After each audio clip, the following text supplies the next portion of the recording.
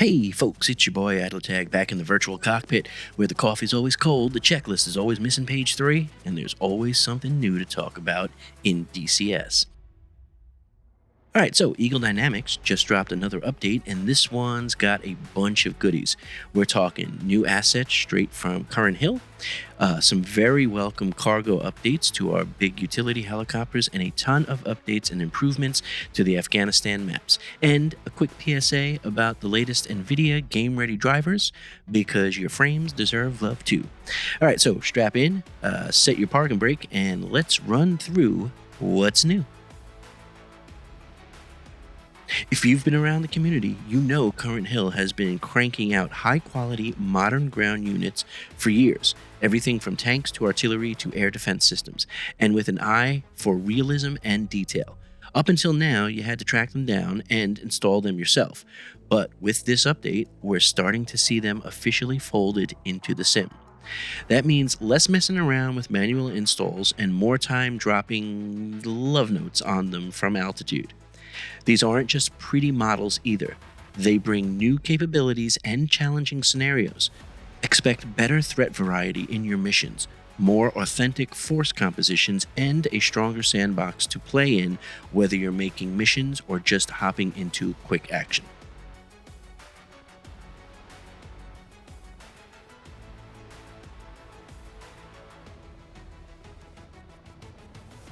Next up, cargo operations just got better for our heavy lifters. The Mi-24 Hind, the Mi-8 Hip, and the UH-1H Huey. If you've been doing sling load or internal cargo missions, you know it's always been a bit of a mixed bag. But now, ED has finally added internal cargo load support to the UH-1H, the Mi-8 Hip, and the Mi-24P Hind. This means troop transport, resupply missions, and logistical support in multiplayer just got a nice quality of life boost. If you've never tried flying a heavily laden bird like the Hind, Hip, or Huey through a nasty crosswind or mountainous ravine, now's the time to try. Alright, quick detour for the PC nerds. NVIDIA just released a new Game Ready Driver that's worth your time if you're running a GeForce card.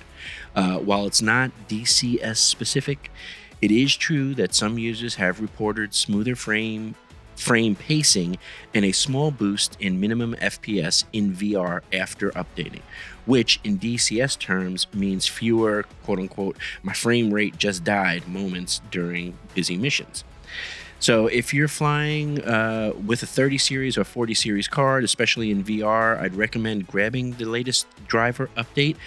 Just remember, after installing, hop into your NVIDIA control panel or the new app and double check your settings and reapply any custom tweaks, because sometimes the driver install, when you're updating the new driver, it likes to forget that you had touched the anisotropic filtering and power management mode. So just make sure to go and check that.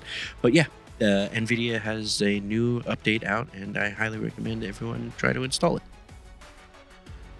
Now let's talk about the big community mod update, at least for Rotorheads, and that's not official DCS. And that is the UH-60L version 6.0, the armed version.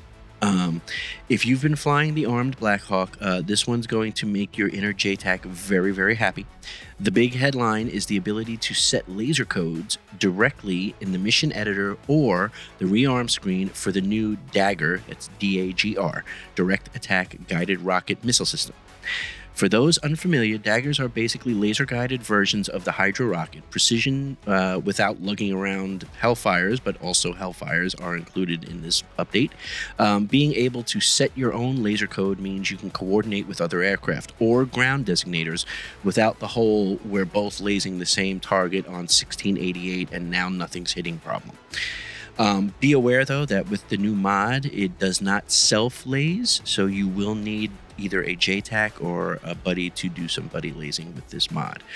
This update also refined some cockpit controls like Master Arm, the M134 Fire, the minigun Safe Forward, Right, Left, and both, Left, Right, Inboard, Outboard Pylon, Safe, Armed, etc., and fixes some long-standing bugs and makes weapon employment smoother overall.